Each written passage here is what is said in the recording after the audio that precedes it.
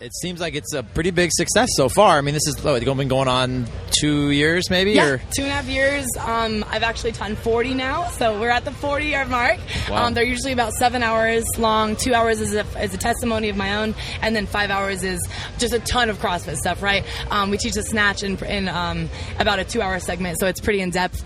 And, man, I love going to other countries that maybe they've never learned this kind of technique, or maybe the squat snatch has never been taught to them, even coaches, right, in a way that it should be. So it's pretty fun to go into gymnastics in depth and to spend a ton of time with them. And I've gone to Australia, Costa Rica, Mexico, Europe, Switzerland, like all over the U.S., and it's provided me a way to travel that I never would have been able to do. Like, I mean, I would have never gone to like all these places. Yep, check. Dude, check, you're check, preaching to check. the choir. Finding a way to like mix your business with your travel is a good idea. Yes. I mean, much appreciated. How do you think you found so much success there? I mean, you are like a CrossFit icon, I would say, like on the female side. A lot of people know you. A lot of people have been following you since you came up. Like, what do you think has been the difference for you with your seminars, finding so much success? Like, what have you done differently than other people? I think that anybody can teach the snatch, or anybody can teach the air squat, right? I think that we are all at levels where the coaching is like super, super high now. It wasn't always.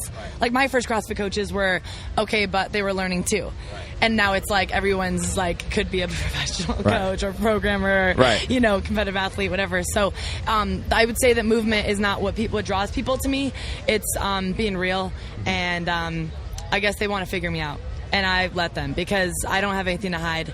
And I think that's true on my social media, is that I'm not like, trying to guard them from my personal life or trying to guard them from my feelings. I'm like, dude, wow, I don't have anything to hide. Like, that. What's not to talk about, right? Like, life is real, and I'm not like trying to show them like, hey, this is all this cool stuff I'm doing. I'm like, hey, like, I have a lot to say, and a lot of them want to hear it, and they want to tell me how they feel about it, and I liked connecting with people. So, do you ever have people showing up at your seminars just to like tell you off, or like I've never, that never happened. Like, I got you figured out. I'm going to show up and I'm going to let you know about it. Yeah. No, never. I know who you are. Never. More than anything, at the end, I say, hey, here's my personal email address, and I get like overwhelmed with 20 out of the 30 people that come to my seminar writing me about whether it's their testimony or how they found CrossFit, or what them losing 100 pounds and what that did to their life and their kids and the people they know.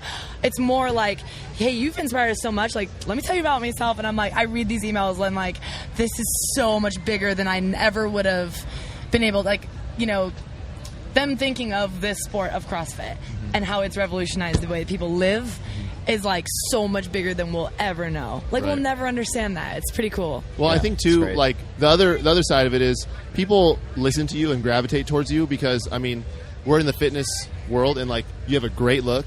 You're a pretty girl, and people like thank my parents. Yeah, right. Well, thanks, and they're gonna it is inspiring to people to see. Yeah, and so a lot of they women in the gym will say like, oh, what about Ager? Like, I want to be like just like her, and so people say things like that. And with you and a few other the girls in CrossFit, I mean, how do you own that? Mixed in with all the other things that you're doing. Right. How do you own that without going too far? Maybe and like becoming so like hard, so right? proud. Ego and pride come into play with image.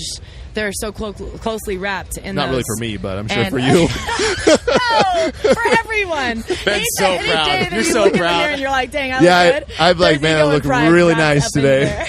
There. My giant head is just so attractive. Whatever. I'm sure there'll be plenty of people that want to look like you too. Look at your tan. Look at your tan. Right. Thank his parents. I tan. Thank my parents. My mom especially.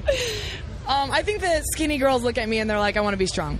And I can do that because she can. And I think that's like the overall thing is they're like, you know what? She can hang with people that are way bigger than her and that have way bigger legs and way bigger arms. She can hang with them, and I want to do that. Right. And for me, it's not like I don't want people to chase my image or chase what I'm doing or chase my job or my random career that's all over the board. I want them to chase to be the best they can be and like find their potential through fitness, and I think everyone can do that.